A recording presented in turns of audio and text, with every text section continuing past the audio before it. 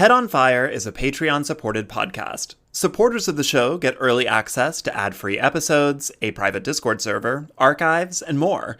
All benefits are offered on a sliding scale, so no matter your level of donation, you never miss out. If you like this show, consider supporting it with $1 a month or whatever you can at patreon.com/headonfirepod. Thanks, and enjoy the show. If you have a racist aunt with access to social media, you've heard the term DEI a lot lately. Why did Silicon Valley Bank close? Because of DEI. Why is the country going to hell in a handbasket? Because of DEI. A quick look at the latest headlines on Fox News' social media feed. It's like every other headline includes the term DEI. Likewise, if you work for one of those massive companies that have entire departments filled with well-compensated individuals that have complicated job titles and nobody really knows what they do, and if you ask the people in the department, they don't really know what they do. Like, if you work for a company that size, you've probably also been through a DEI training after some middle manager somewhere used a homophobic slur, or after the company was called out on social media for being run almost entirely by cisgender heterosexual white men over 50, making at least 7 figures a year. And then they have to run around and say, no, we're very diverse. Look at all of these women, these white women that work for us and run things underneath us. Isn't it great how diverse we are? And that's probably how you've interacted with DEI, either as a conservative football or as a training that you had to sit through and you barely paid attention to. But what is DEI? It stands for diversity, equity, and inclusion, all terms that make Mitch McConnell crawl back into his shell. And it's a training that is almost exclusively owned in the corporate sector. Most of us don't really get access to this training unless it is related to our jobs. But why is that? I was curious about what exactly DEI training is, where it came from, why it's so wrapped up in corporate hierarchy, what are its uses outside of a corporate structure, and whether it's really responsible for the downfall of society. So I talked to Tanorria Askew. She is a DEI educator, and she has created a lot of DEI training programs over the years. You may have also seen her face on the TV show MasterChef, so don't worry, we talk baking at the end. Here's Tanorria. Tanorria Askew, thank you so much for being here on Head on Fire. Welcome. Thanks for having me. I'm very excited. Oh my gosh, I'm so excited to be speaking with you. So for folks that are not familiar with you or your platform, tell people a little bit about yourself and what it is that you do. Yeah, so I have kind of created my dream job, although I do not dream to work, in that I help determine or help bridge the intersection between food and social justice. I am a personal chef. I bring the restaurant to people's homes. But in my corporate career, the thing that got me out of bed every day was diversity, equity, and inclusion. And so I use food as a bridge builder for social justice and challenging conversations about race and gender and sexuality, and the list goes on. And you have a fabulous podcast that you use to bring some of those topics to the masses. Yes. Black Girls Eating is my love project, and I'm sure my co-host Candace would say the same thing. It is a conversation about justice, sisterhood, and well-seasoned food, and we amplify voices of color, and it is so fun. So fun. Did you, I got to interview the phenomenal Dr. Psyche Williams-Forson last fall. Have you read her book? I have not read her book, but Eating While Black. I want to say it is phenomenal. Fantastic. I'm a fan. It's on my list, and I am super jealous you have that opportunity. Wow. I know. I couldn't believe she said yes, but she did. And then we had a fantastic conversation. It's fantastic. That was so great. Anyways, but you're here and I'm having a fantastic conversation with you and I'm so excited. So I want to dive in because as cool as all of those other topics are, we kind of met because I shared a story, like a horror story of my own DEI experience. And I've been in a number of corporate positions over my career because we all have day jobs. Yay. Yep. And I have been lucky enough to, in previous positions, be a person with influence that had the ability to kind of change some policies, some procedures, some representation stuff. I don't currently have that in my current role. And so I had shared a story about how in my day job, we'd had an HR representative give a diversity, equity, inclusion training and basically say that she understood, she as a cisgender heterosexual white lady understood what it was like to be excluded from society because she was a middle child, and that was the What a best. comparison. It's a fantastic, yep, yeah, and it went a little viral. So I wanted to ask you what is diversity, equity, and inclusion in that day job corporate sense? Not just what those terms mean, but what is that training? What is that? Yes. So this is such a great question. I consult with small businesses and nonprofits on helping them determine the gaps on why their workplace is not inclusive or how it could be more inclusive. And I always say two like hardcore things I say. Number one, I have a rule of thirds. There are a third of people who are change agents who are on fire to do the DEI work. There's a third of people who are curious. Maybe they think they're allies, but they're not just yet. They don't have the tools, but they're open. Then there are a third of people who do not care. And those are not my people. Those are not the people I'm going to spend my time and energy on. So that's always the first thing I say anytime I talk about DEI. And that's just to say, throw whatever you have at me. I can handle it because I'm not going to navigate the people who don't care. Or maybe I plant a seed with them and that's great, but I'm not here to change their minds. And so DEI to me, the diversity component it's the education piece. It's the part where we're learning different things. It's me being aware that there are differences around us. But that's it. That's where it stops. Because you don't have to do anything with that knowledge. It's like, I'm aware that you have a different skin color. I'm aware that you have a different faith. Pause. Period. Then the inclusion component is saying that I am going to invite people to the table, but that's all I'm doing. And that's a problem. So inclusion is saying, yeah, I'm going to invite people to the table. I recognize that my table's not very diverse. I have learned these things about these other people, so I want to give them a seat at the table. But the E part, the equity part, is actually saying, and I'm going to give them a fair shot to actually make a difference at the table. I'm going to give them the tools, the resources, the capacity to actually show up fully as their authentic self and actually contribute. And if their contributions are different than mine, I'm going to seek to understand. I'm not going to put a wall up and say, I'm not interested in what you have to say. Or I'm also not going to, I'm going to assist in knocking down any barriers that you might feel like are in your way from actually contributing. So I don't want to just sit at the table. I have a voice and I want you to hear it. And I don't need your help in giving me a voice. I have a voice. You don't have to give me one, but I want to make sure that you're going to sit down, pause, be quiet, and give me an opportunity to speak. It sounds like DEI, and from my experience, that the idealized version of DEI is to make corporations to ask corporations to imagine a world in which their makeup reflects the world around us as it exists, and invites the idea that those people know themselves well enough to write the policy that they have to follow, that they are operating under, write the policies and procedures, have a voice in what that looks like to create a workplace that is safe for everyone, that includes everyone, and where it's just like the idea of inequity is just not a thing that I have to experience where I work. Right.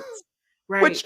Which does not, to me, sound like this radical idea, but for other people, it's this horrible token of wokeism or something like that, whatever that means today. Yeah, even the term woke. Don't get me on a tangent about woke. I mean, all day. I We will be mean, here all day. Yeah, I recently told an audience of people that woke is a term that was coined by the Black community and that it is now highly misused. So to actually say that you're concerned about someone being woke or actually saying I'm trying to become woke, guess what? It's not yours. So you will never be woke. It doesn't belong to you. So, bleh, yep. We could be there all day. But what you said about, putting policy into place, making changes, the biggest issue is that the people who are responsible for making the policy, usually the people who are high up, they are the ones who don't want to make policy and really put that into like firm, established, this is the way the workplace is going to be, because that means they have to get uncomfortable. They have to make Mm-hmm. sacrifices. And so let's just do the bare minimum. Let's just make it, say we're doing something so that it's even performative to satisfy or to pacify the people who really want it, because we don't want to become uncomfortable or put ourselves out to create actual policy change. May I give an example from my own life? Yes. So I used to work for a really big company, and as we were coming up to Pride Month, I had joined the company's LGBTQIA plus, you know, Mm-hmm. group. Everybody Yep. has those, or at least some of the bigger ones that want to appear like Uh-huh. they're with it, Mm-hmm. have them. And I joined it, and I was getting ready kind of for my first big Pride Month with the company. I was with them for many years, and they're big.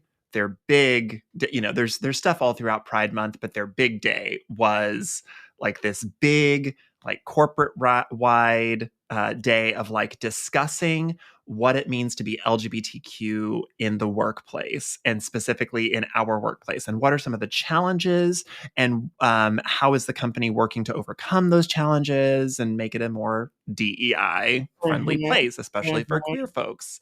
And how they planned on doing that was how they had been planning on doing that for all of the years previously. And what it involved was a cisgender heterosexual white man who I think was north of 60 and made about 100 times more a year than all of the rest of Uh-huh. us, was going to fly in from New York, and Okay. was going to give a presentation on the importance of being an ally in the workplace. And I raised my hand and I said, "Hi, I know I'm new here, but follow me here.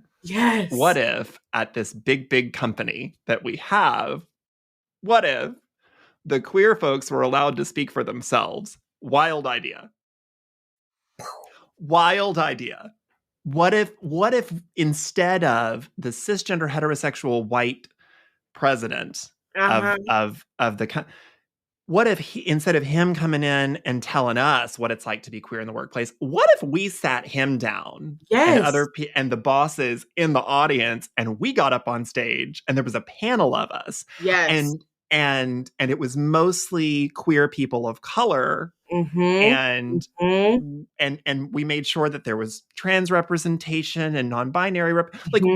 what if that was a panel of people, and we told them what it was like to work in the workplace that they had created for us and what we needed them to do differently?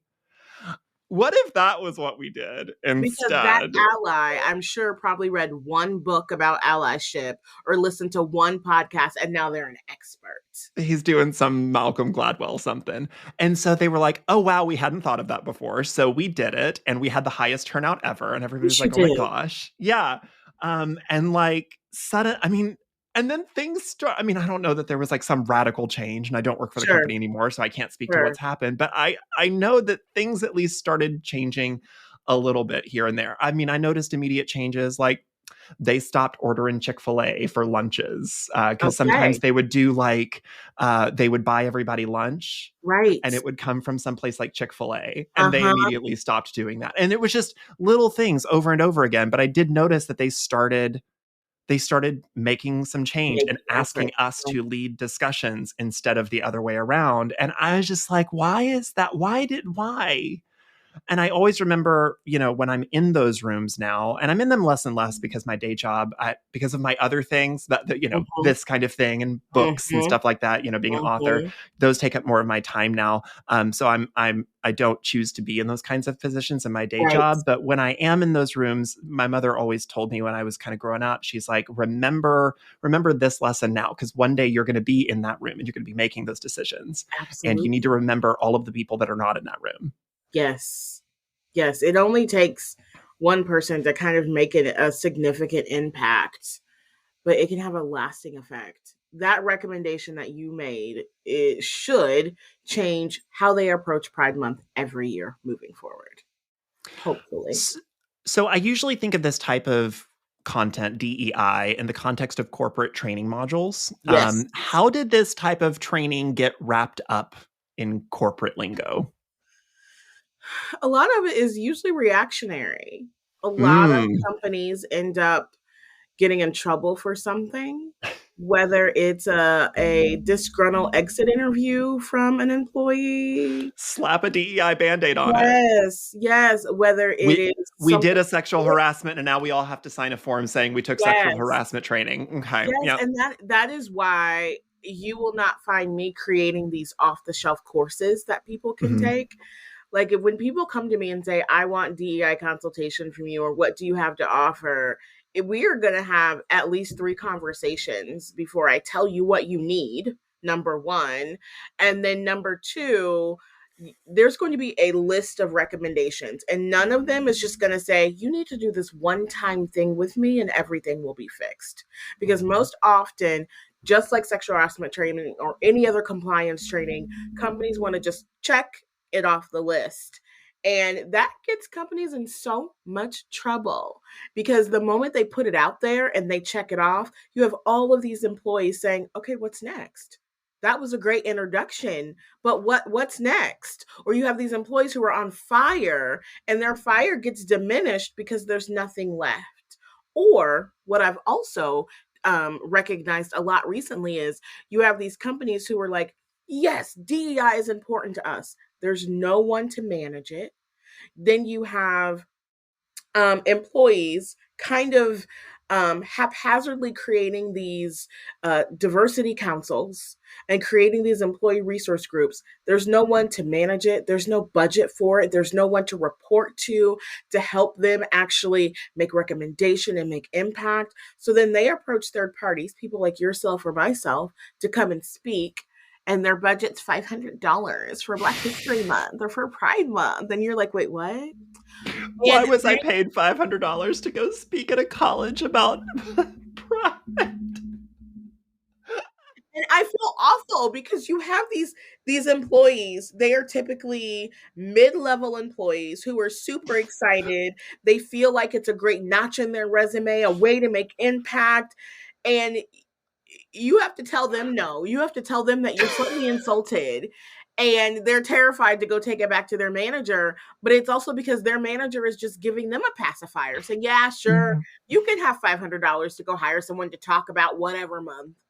But saying, here's plus a pizza budget. We did get pizza. It wasn't good. Yes, but it was a pizza budget. Yes, you're gonna get a pizza party because pizza solves everything. You want to celebrate that you hit quota for the quarter? Pizza. You want to celebrate any history month? Pizza.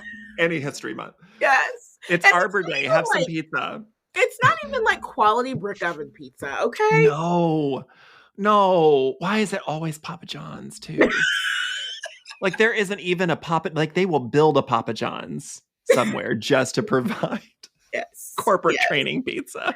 Yes. So do you think that corporations are the best stewards of this kind of information? And I ask that probably knowing the question, and it's probably leading the witness. I do apologize, but I think of how many important, essential things that we need access to, that we should know, that we should learn, that corporations seem to be the only inroad to. And this could be a much bigger conversation. I don't want to go down all of those roads, but things like health insurance, the gatekeeper there is a job, and usually a good job. Like a good job with a big company. But DEI training is not something, that we have in schools necessarily, nor could I think of a way to incorporate it in a way that doesn't violate some new law somewhere. I mean, there's just all of these kind of essential trainings that we are tasking corporations with being the stewards of. And like you said, they end up being reactionary. We put this policy in place, or we put this service in place because it wasn't there and we got in some trouble. So now we offer it. So from your experience, are corporations the best stewards of providing this information? Because like you said, it does feel oftentimes, even in my own life, like this is just a box somebody's checking off. Right. I've seen it start out in universities. I have quite a Mm. few friends in higher ed, specifically in the medical field, and they're having lots of conversations about healthcare in underrepresented areas and the disparities for proper healthcare, believing Black women when they say they're experiencing pain. And so I Mm. know it's talked about, but it's not until you get to corporations where you do get that one mandatory check mark, where it's mandatory. Everywhere else, it's Mhm. optional. Even if I think about churches, I've consulted with some churches who have come in and said, we want to be more inclusive. And I have challenged them hard. Really? I've challenged them hard. And, whether or not it's sustained is the big question. But people can leave the church if they're not happy with that, right? Or they just check I'm out. I'm so curious about what kind of church is asking for DEI training. That just I mean, Churches who call I themselves grew up in a really multicultural. conservative area of East Texas, so church Yeah, and DEI doesn't sound yeah, like it marries well to me. yeah. Churches who call themselves multicultural but really don't have a clue. Oh, And like a it's UU reactionary. situation kind of It's thing? reactionary. Yes. Oh. Someone in the church, they pissed them off, and now all of a sudden they want to care. George Floyd gets murdered, and now you have half the congregation who's hurt and half the congregation who's clueless. And so, okay, how do we bridge this? How do we do it under God? And it's like, whoa, okay. And that's why I say sustainability is always questionable. Um, but even when you do it with that, you say, okay, all the church leaders, I want all the church leaders to go through this DEI training. Well, typically church leaders are voluntary, right? Mhm. Most churches aren't good at paying people. Mm-mm. And so it They're turns good at out paying the that, pastor, though. right? And so it turns out that because they're voluntary leaders, they get to choose if they want to show up to this DEI Mhm. training. So it's that workplace environment where you see it becoming mandatory. Mhm. Everywhere else is totally optional. How well do you think they handle creating environments that are actually diverse, inclusive, and equitable? Like, how I mean, obviously, like you said, they a lot of this is reactionary. What's your percentage on, okay, so you leave, do you check back in 6 months, a year later? Like, Yeah, did they learn any lessons? Did are yeah, some of these workplaces better for having yeah. done this? I feel like what I've witnessed the most is employees are empowered to hold leadership accountable. But are they? Like, who's on the employee side? Because ostensibly it's supposed to be HR, but I've never met an HR rep that felt like they were on my side. Don't get me started. Mm. That is one of my biggest challenges right Like, now. who? Like, okay, so other than ponying up the money to go hire like an Yeah, employment attorney, yeah. who is actually on the employee's side if they have a legitimate grievance? Employees. Or if it's just like, hey, the vibe here is very cis het white, Yeah, yeah. affluent. Mm-hmm. I feel terrified to speak up for Mm-hmm. anything at all. I feel Yes. terrified to say no to Yes. things. I feel terrified to who's on that person's side? The other employees. Yeah, I suppose. Survey data. Mm. Sometimes if there is structure with DEI efforts within the organization, sometimes the executive sponsor for the Really? That's council. good. I've had some experiences with executive sponsors where they were the ones who made things happen. They were the ones who said, no, this isn't optional, this is mandatory. Um, but oftentimes it is an uphill battle. It really, every council that I work with, this is a marathon, not a sprint. We're going to celebrate every single win, even the small ones, because it's going to feel like you never get a big win. But Yeah, I'm so sorry. Go ahead. I also can walk away from consulting with an organization saying to the people, to that top third of people who are change agents, saying, know your lane, know where you Mm. can make impact. I say that as a consultant, I am not here to fix your organization. I hope that when I walk away, you can maintain the things that I've helped you implement, but that's not even my job. It's up to you. And that is what helps me continue to do my job, is to know that I have given you the tools and resources. It is up to you to implement them, to help them create policy, to make change. And if you are not sustaining it, you probably are going to call me back in a year, or you're going to be mad at me. But I can't take responsibility for that. Yeah, I will say, just from personal experience, the bigger the company, it feels like the better supported the DEI, the various employee programs that are meant to help organize various minority and oppressed groups inside of the company. It feels like the more that those are supported, at least because they make enough money and are evil enough that they can afford to throw money behind those things, because it feels like it gives them a veneer of, we're still good.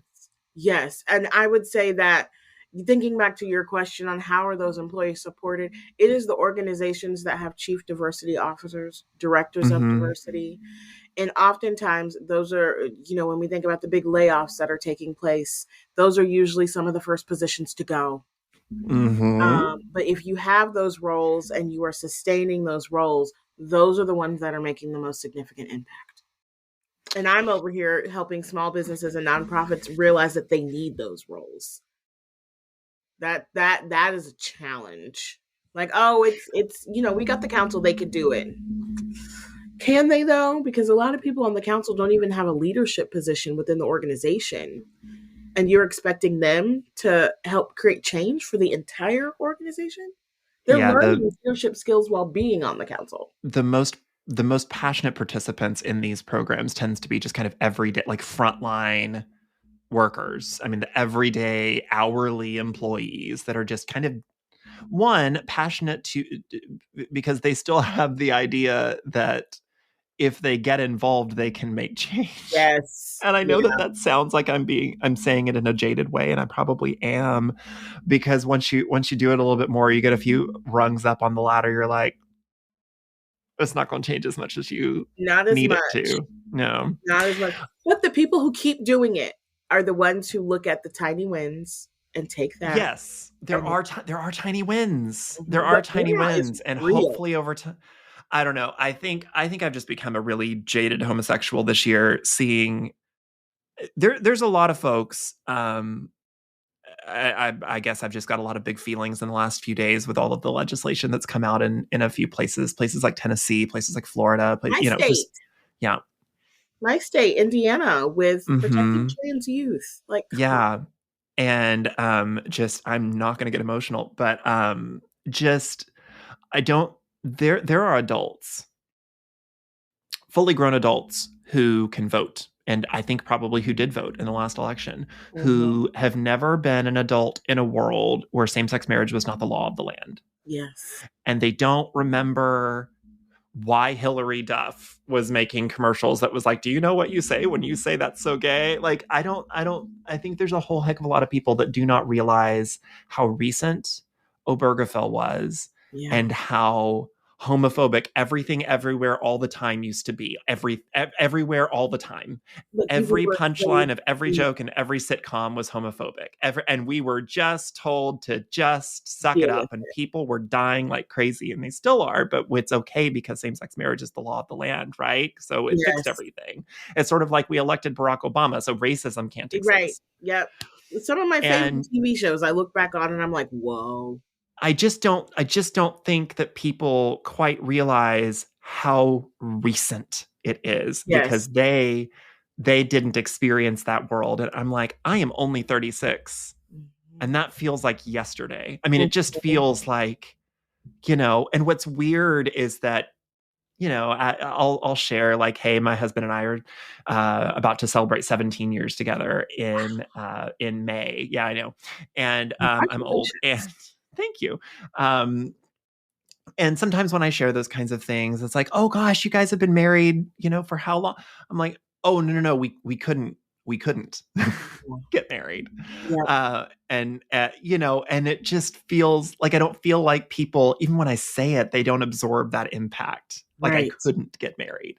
And I just don't think people realize, like, how recent all of that is, and how necessary this kind of work is and how much it sucks that this Mhm. work ends up just being a box Yeah. that corporations check, and the fact that it's owned by corporations Yeah. Yeah. who don't end I, up translating it into, like, if they really cared, if it was more than just a box, then I mean, these big corporations they've got a lot of money in Washington. They're lobbying politicians for advantageous laws. We saw what happened with Disney in Florida. yes. If they really want to throw their weight around, they can. Yes. And That's it just another thing is like, sucks to see that they don't. yes, I feel like our generation, the younger generation, that they are paying a little bit more attention to I hope so. where are these corporations' dollars going. It's like, Mhm. I even think about deciding what brand of shoes to buy. It's more about brand loyalty now than it is about like, oh, I want this brand because it feels expensive. Mhm. No, it's more like, I've done some research and I want to know, what efforts has this brand done to be, economically friendly, to be eco-friendly, to support LGBT right, all of those things. It That's why companies are talking about it more. Is because Mhm. people are looking for it more. And I think that that will be a consistent pattern eventually. But I I have hope to tell so. you, my one of the things that keeps me doing this work is I firmly believe that we will not see complete inclusion in our lifetime. We will not see it. But Especially not with the way that I mean, you can't mhm, have mhm. a super majority in the Supreme Court the Yeah, way that it currently is yes, and think that we are going to live in an equitable society. You just yeah. can't. I hope that my 3-year-old niece's grandchildren see it. That's the I goal. have, yeah, I have nieces, that are that preschool, grade Mhm, school age, and I just mhm. kind of hope that they grow up in a world that's better than the world that I had. And I Yes. hope that their kids, if they have kids, or whoever that they love and care for Mhm, that's young, I hope that mhm. those kids live in a better world than they get to live in. Yes. And I hope it's better, but it just is so disheartening to see that just the minuscule amount of change that was made in my 20s Yes. just feels like it's already Backwards. backslidden. There Yeah. there is absolutely a sense of taking steps back, and yeah, yeah, So, what can those of us that are not in the corporate world learn from this training? And is there a way that we could access it if we want to go through it? I mean, and yeah, is there a way that we could get this? And what are ways that we can implement it that are outside of a corporate setting? yeah. So I offer a course specifically that's oh my gosh, what's the name of my course? Is it let me I was gonna say let me ask you about DEI, but it's not. It wouldn't be ask you. It'd be ask me. That would be so cute. Thank you. Oh my That'll be gosh. $7,000. Thank you. This was a brand consultation, Tenoria. I Actually, appreciate that's all that. this was Hey, just a brand I can always use consultation. that help, right? It's called Anti-Racist Journey, and it's a check-in on your journey towards inclusivity and anti-racism. And the reason why I call it a journey is because it's never going to stop. We have to always be learning. Even I'm learning. And the thing that I remind people of is that we are all unlearning and relearning history together. If we don't Mm, have anything else in common, that's one thing that we are all doing. And so, anyone can sign up for that on my website. There are plenty of resources, credible resources, where you can take these courses and you can learn more about what corporations specifically are learning. A lot of times these are off the shelf courses through different universities, through different learning management tools. A lot of them are free. And I just say that if you're not in the corporate space and you are absorbing this information, ask your friends and family in the corporate space what are their corporations are doing, because it really does start to get people thinking Mm-hmm. about the place they work. Is the place that they work inclusive? And also think about where you're spending your dollars, because that makes a huge difference. Number one, you're putting money back into the pockets of people of color, people of the LGBT community, women, and supporting them. A lot of people who are doing this work, creating these courses, are people who have the lived experience. It's people who have suffered like ourselves. And so take those courses, even if you aren't doing it for a corporation standpoint, maybe you're doing it for your own learning. And it really does help you become a bridge builder, because Mm-hmm. oftentimes I feel like people don't have these conversations in their friend circle unless an instance forces them to. But when Mm-hmm. you are taking these courses, you're reading these books, you're listening to these podcasts, it's going to make you more inquisitive among your friends, among your family, and create some kind of conversation. And most importantly, it's going to equip you to be able to have those conversations, because the question I get the most is, well, what happens if I say the wrong thing? You pick yourself up, you apologize for it, you learn from it, and you keep going. And Mm-hmm. by gleaning this information, completing these courses, sitting at the feet of people like myself, you are going to be better equipped on when you do say the wrong thing. Because guess what? You are going to say the wrong thing. Mm-hmm. I have a client now that the all of the people they serve, I'm working with their board. The entire group of people that they serve are blind, and about 70% of those people also have additional disabilities.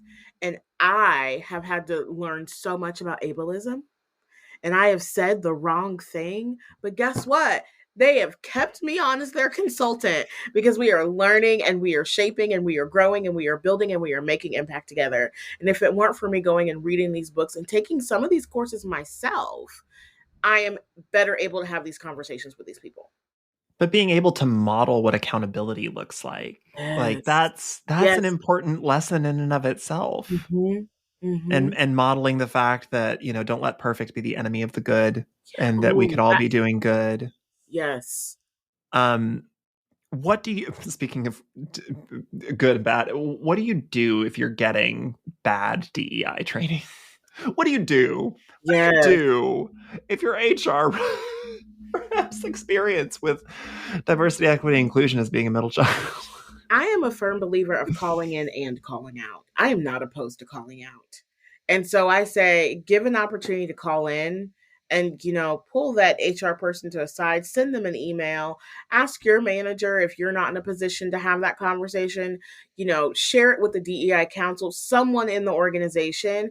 And if they do another training where it's really bad, do it again. Mm-hmm. And after about 2 or 3 times, yo, this is a problem. And you can call out. I feel like calling out is only negative when both parties haven't learned from it. I, So, I spoke I spoke to the disability advocate Ola Ojewumi mhm, last year, a few I months got to hear ago. her speak last year. She's I phenomenal. She's know. such a phenomenal, Yeah. and makes me feel like I have done absolutely nothing with I my know, life. right? It's like Malala. Like when you see Malala's like resume, I'm just like, oh, okay, And I was like fangirling I'm her a piece like of 10, shit. 15 years ago. So just Mhm. even then, it was like, look Yep. at your resume. Yeah. I'm like, oh, I'm a piece of shit. So, but but we talked about the difference between calling in and calling out. And calling in, for people that might be a new term for, Mhm. it tends to be a more of a private conversation with Yes. somebody who you believe, or you've either experienced them acting in good faith, Mhm. or you are assuming that they are coming to the table in good faith. And so this is the opportunity to have maybe a more private Yes. conversation where we're Yes. creating a dialogue and saying, hey, this wasn't great. This would be the way that I would hope that you see it. Here's some resources. Here's how to learn. Let's learn together. Right. And then if that doesn't work, if if we go from ignorant to stupid, Yes. That's when we call out and we make it Yes. everybody's problem. Yes, absolutely. You call in a couple times, give them grace. Go in with a posture of openness and a posture of trying to be helpful. Mm-hmm. And if that doesn't work, you call out as loud as you can. Okay. I'm not opposed to both. I think both have their place. Have you and I think I asked this, but I want to kind of circle back to it. Circle back, we're using our corporate lingo here. Have you seen gonna circle back? If we could just if we could have a dialogue about have you seen any improvements in corporations or working conditions directly because of this work? Yes, I've seen organizations make trans benefits a priority or Fantastic. to offer something. I have seen policy change on basically no tolerance for racism, no tolerance for hate speech, and different things like that. People have changed their policies to address here's what's going to happen if you do this. We're not accepting it. You're out. Whereas, there used to be, let's have an investigation and get both parties involved. And now it's like, nope. And I really think that is helping reduce how much employees are gaslit when they're expressing problems and concerns. So I have seen change there. And I have seen change where things have been mandatory versus optional. That's usually Mhm. like the small little nugget of change, as well as typically with the feedback. That's kind of one of my favorite things is I like the feedback and the dialogue. Yes, I'm going to come in, I'm going to train you, and you're going to get the ABCs and XYZs of diversity, of racism, of all of, microaggressions and all of those things. But then when we start having the dialogue, that's when you're really seeing where employees' heads and hearts are. That's where you see where their challenges are, where their questions are, and those are usually open to anyone and everyone. And even this last workshop that I did, I told the council because it was addressing the entire organization versus a group of only 50 people. Usually we bite it off in bits and pieces. And I told the council, I said, hey, if it goes radio silent during Q&A, I need someone to chime in with just a very general question. That was not necessary. People were ready. They were ready to ask questions. And hearing the questions that they're asking, if leadership is not listening to those questions and learning from them, if you're not looking at the survey data about the feedback from that training and learning from it, that is usually what helps it not just be a one-time training that you check off a list, is because people are saying, okay, great, we have this training. What's next? Can we have a training on this next? And they're starting to say, yes, we can have more training come in. And so it definitely goes beyond training. Training is just a part of it. It really is about complete change and structural change within the organization. But just to have someone come in and say, we're going to do DEI training because, there was another Black person murdered by the hands of police, or we just read in the news about how a trans person has been beaten and brutalized and brutalized. Is that a word? It's not. What word? Brutalized. Thank you. And so we're gonna have this training because everyone seems to be talking about it. Doing that is crap, in my opinion. Just doing that and that being the end of it. A But when whole they heck of a lot of companies suddenly cared about DEI yes, after George Floyd. yes, absolutely, Whole heck of a lot of them. yes, A whole lot of media companies started yes. promoting specifically Black people after George Floyd. A whole heck of a lot of meetings and training were done, but they're not still doing it. And I say all the people that posted that precious little black box in June of That black 2020. square. What are you done But now? the problem, I mean, I remember being on social media just a couple of years ago, and if you didn't have a black box, You got called you, out. you were run through the ringer in your comment section on all of your other posts until Mhm, you did put a black box and you changed your link in bio mhm, to be one of those cards with the mhm. links to the resources so that you could say you did a black box. Because if you Yeah. didn't, you were run through the ringer. But if you did do a black box, then it's like, oh, you did a black box. Did Mhm. you? Do you feel better? Is racism solved now? Right. And But I what also love going back on the companies that are getting this all wrong, and it's super Mhm. performative now in Yeah. 2023. I'm Yes. going back to Yes. the Instagram to see what did you post in 2021? How many Mhm. dollars did you donate? Because I'm gonna use that to hold you accountable.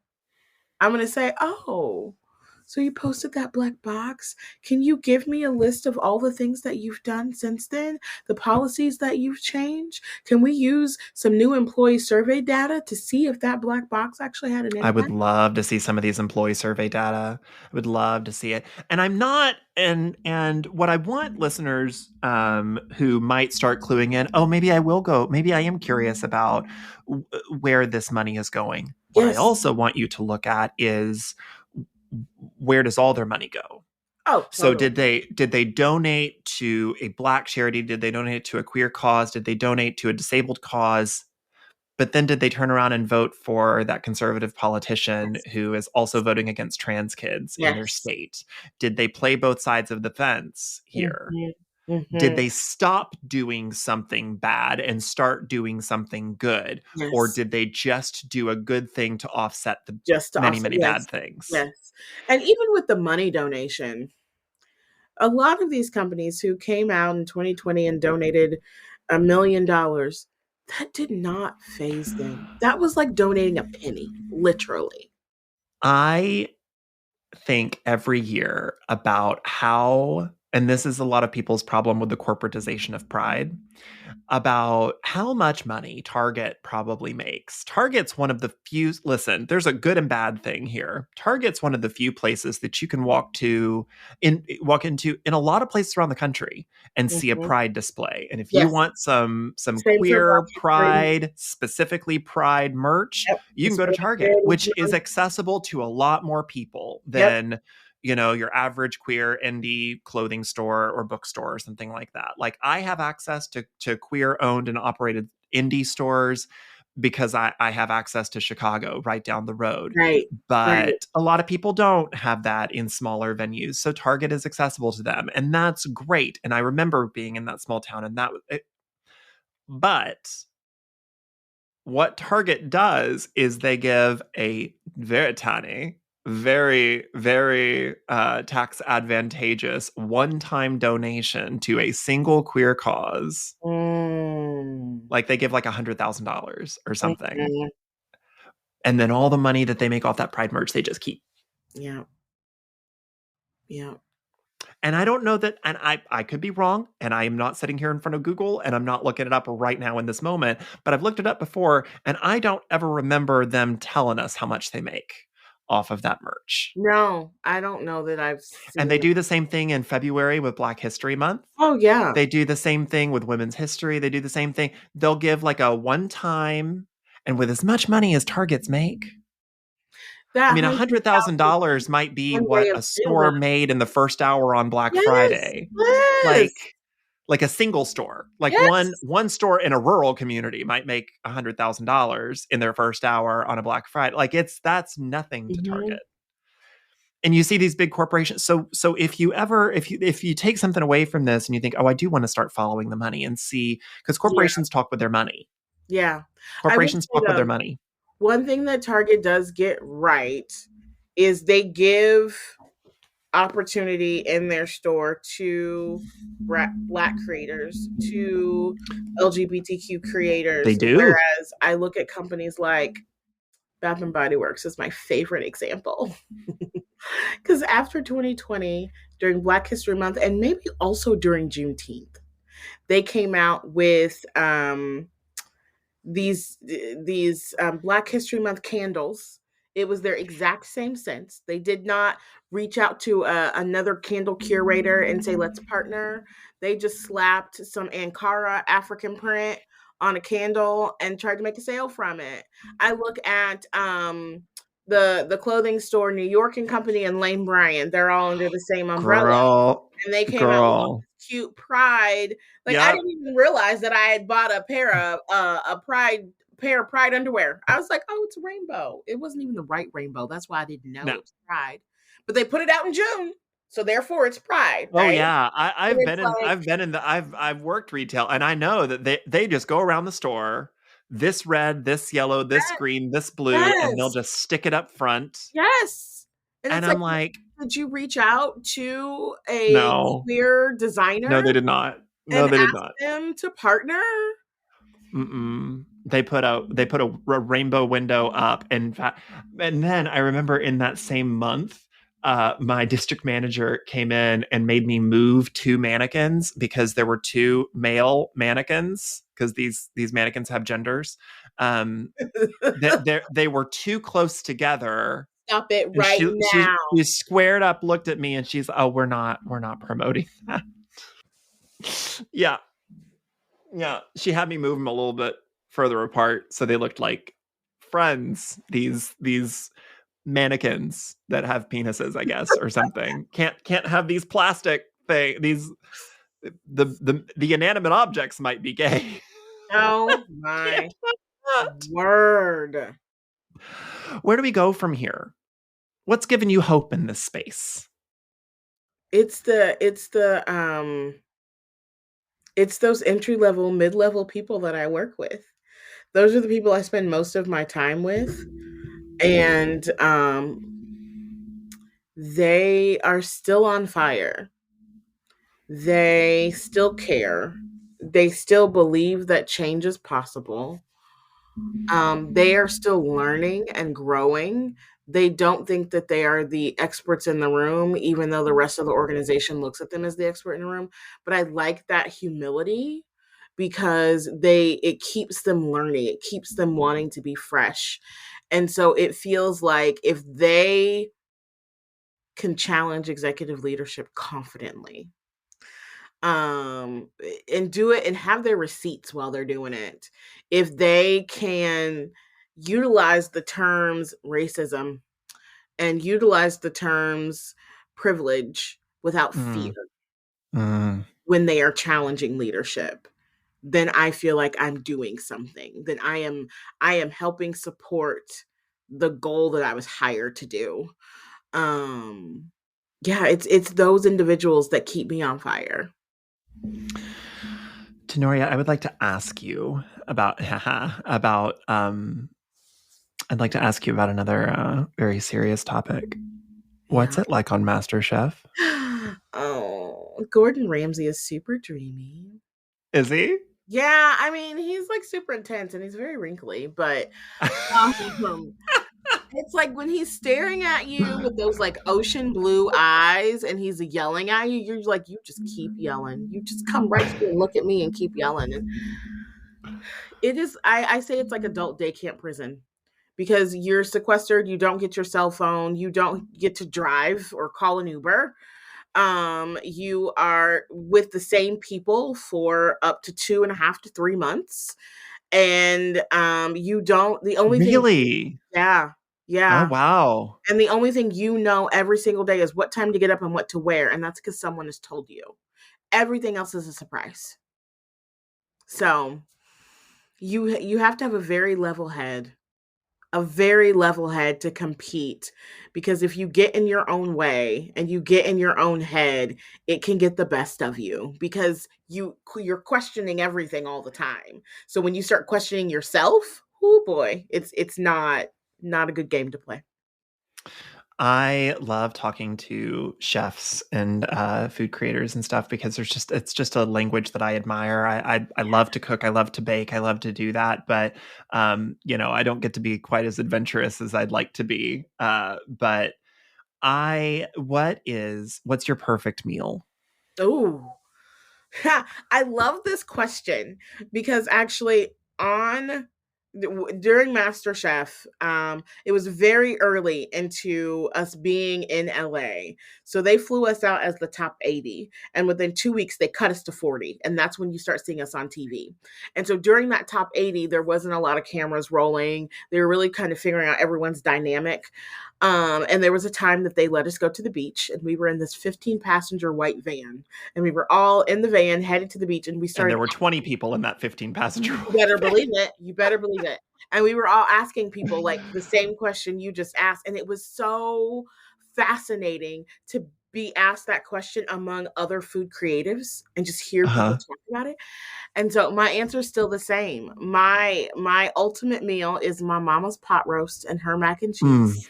Mm. No one makes it like her. Her mac and cheese recipe is in my cookbook, and it no matter who follows the recipe and makes it, it's still not going to be my mom's.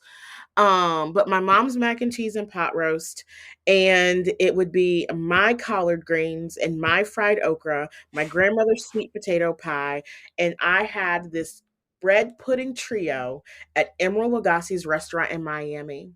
And I left one bite of bread pudding on that plate in 2006, and I still think about it to this day. To this day, it is. Why? Why didn't you finish it, Tanorria? I was too full. It was like the strawberry something, and it was bread pudding. And Girl, that's when you stand up. You do a squat. You let out a burp. You do something. You gotta get right. You gotta get right with yes, your creator so you can get that last little I know, bite. I know, and I just need like tapas portions of each. I don't need like big portions of all the things I need. I just need a little variety plate of all of those things. That and my good friend Oya Woodruff, she's a chef here locally. She has the most amazing seafood shack in Indiana, landlocked. Um, and it would be her crab and shrimp tray. I just need like one crab leg, two shrimps, and a piece of her broccoli. I'm good. You talk about the bread pudding that you still think about. My husband's Mexican, and we were down there for a christening a few years back, and Yeah. I still to this day have actual dreams in my actual sleep about the mole that I had Oh, at that party. yes, I've had mole and it's great. I've had some very good mole, but that mole, I feel that. I I feel that. I would wars could be waged to eat that particular mole. It was so good. It Yes. was so good. Mm, So, what do you make for someone that you love to tell them that you love them through food? yes. Um, I am happiest and most content when I am in my kitchen, covered in flour, with a rolling pin in my hand, Beyonce in the background, and I am rolling out a pie crust or I'm making biscuits. It is it is just the one of if I'm not in my husband's arms, that is my happiest place. Okay, so I And have a question about biscuits because my yes, dad's side of the family is from West Virginia. Appalachia loves a biscuit and sausage gravy. yes. Biscuits are a love language in the paternal side of my family. How Mhm. do you cut your biscuits? I cut them square because I don't want to waste any biscuit.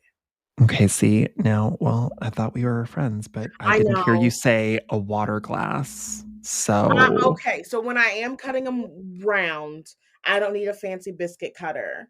But I cut them in a rectangle and I just cut them square, and that way I don't have any scraps left. I would have my great grandmother, and she would take her water glass, and it Yes. would just be, but you can't twist it. Do not Oh, of twist course it. not. It'll cut off the sides. It has Yes. to be pressed and picked up, and that's Yes. it. Yeah, That's how my grandma did it too. yeah, I love yeah, that. yeah, Okay. yeah, yeah, Since we're talking about food, I need to know like yeah. what's your favorite thing to eat and make because you said you like to cook. I do like to cook, and people tend to be surprised whenever I share food on my socials because I'm not like a food creator or something, but I'm a foodie in real life. Oh gosh, let's see. Like for last year for my because I always make my own birthday cake because I'm the only person in my family that can. It's like last year I made a pavlova for my birthday. Yes. Um, yeah, it was okay. It was fine. I would do it again. It kind of sunk a little bit as it cooled. It didn't stay Mhm. nice and fluffy. It Mhm. was still delicious, but it wasn't big. But it was also my first one. There was and I'm gonna forget her name. She was on British Bake Off, and now Nadia, I want to say Nadia Bakes, maybe. Yeah, Um, yeah, yeah. I follow. yeah. Okay. So she did. My husband does not like cakes. My husband's very picky, which kind of was one of the reasons why what I get to cook is kind of limited, because he's very, very picky. Uh-huh. But that does mean that I have gotten very good at Mexican food. Like, other than his mother, I'm the only other one allowed in the family to like make salsa, to make rice, to make Mm-hmm. like some of those like staple things. Mm-hmm. But he does not like cakes. He only likes pies. But I did find a cake, and it was from Nadia, that he loved, and it was this chocolate caramel flan cake, where you take a bundt pan and you put the you put the caramel, like you make caramel, obviously, put it in the bottom of the bundt, and then you put the chocolate cake mix Mm-hmm. above that, and then above that you put flan. But then as it bakes, the flan goes through the cake and becomes the top of the bundt, Stop with it. a caramel crystallized thing on Yes. top, and it crystallizes over like it goes over, it bakes into the flan on the top, and then the cake rises up through, and it becomes the base of the bundt. And that would be that would be a last day kind of meal. That Yeah. was, I could eat that with a spoon, and if anybody tried to take a bite, I would commit crimes.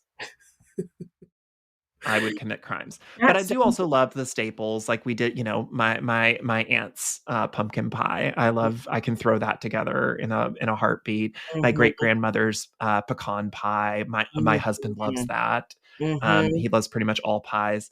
But yeah, I mean, I guess the way to everybody's heart is baking. So I really like to bake, because everybody who turns down a baked good. I I can know. get really creative with food, and you can Yes. be a little bit messier when you're Right. cooking, and you Mm-hmm. have to be a little bit more scientific when you're baking. Yes. But man, do people just love a good cookie. People just love a Because good cookies piece of are pie. nostalgic Oh my and god. delicious. Yeah. Yeah, I really want to love crumble cookie, but they put too much icing on their cookies for Crumble me. cookies is a good, I do love a big soft cookie, but I yeah, don't they they're a when they little ice it, underbaked. it is it not just soft, but it's underbaked? Okay. I've been trying to figure out, because I'd never had one, but they opened one close to me. And Yeah. I had them, and I was like, I can't tell if this is just soft or if No, it's this is not underbaked. done. It's Yeah. definitely not done.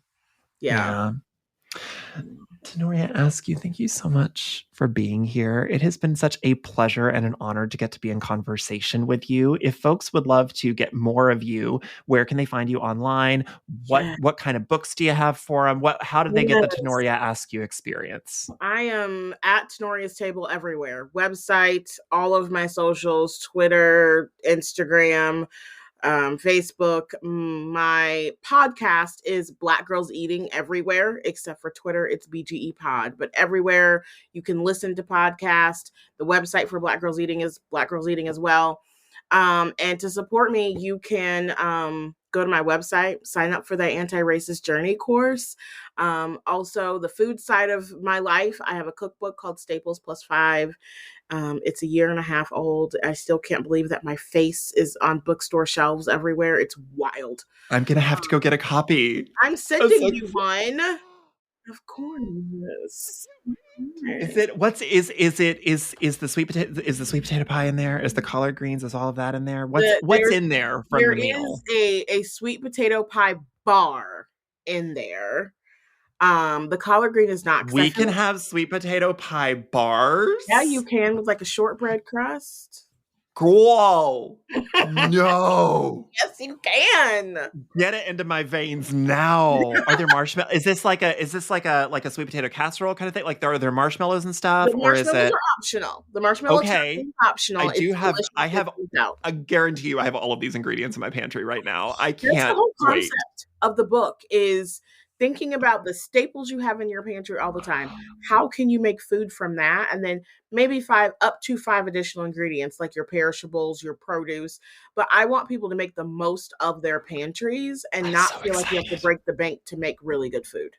I'm so excited. See, I've talked to a couple other chefs on the show. I talked to Nick Alcaraz. He's the guy Mhm. behind Practical Peculiarities. He also had a fun interaction with your buddy from MasterChef. Yes. Yeah, but I couldn't make those things. Mm. I'm not crafty enough, and I don't have those skills. But I can make that food. I'm Yes. excited to make that. I'm It's so such excited. a Thank you so much for being here. It's been such a pleasure.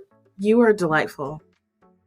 That is going to do it for this episode of Head on Fire. My eternal gratitude to today's guest, Tanorria Askew. If you like this show and you want to support it, there are a number of ways to help. Consider sharing it with your friends on social media. You could also like or rate the show 5 stars on Apple Podcasts or Spotify, and while you're there, consider leaving a review. Literally any combination of words or emojis at all. Any review helps recommend the show to other listeners like you, and it's the best, freest thing that you can do to support the show. If you hate the ads at the beginning and end of each episode, consider joining my Patreon on a monthly basis. Patrons receive additional audio and video content, as well as archived episodes, a private Discord server, and you get to help me prep for future shows. Sign up at patreon.com/headonfirepod. Or if you'd like to, you can connect with me on social media. I am at Head on Fire Pod on Twitter and Instagram and TikTok and whatever the next social media is that is coming to take all of our souls. Thank you guys so much for tuning in. Thanks so much for downloading and streaming the show. And thank you so much for continuing to share it with your friends on social media. I really do appreciate you all showing the love, because I do love making this show. Thanks for tuning in. I'm going to go, but before I do, please remember, call in when you can. Call out when you can't, but call me if you have any good gossip. See you later.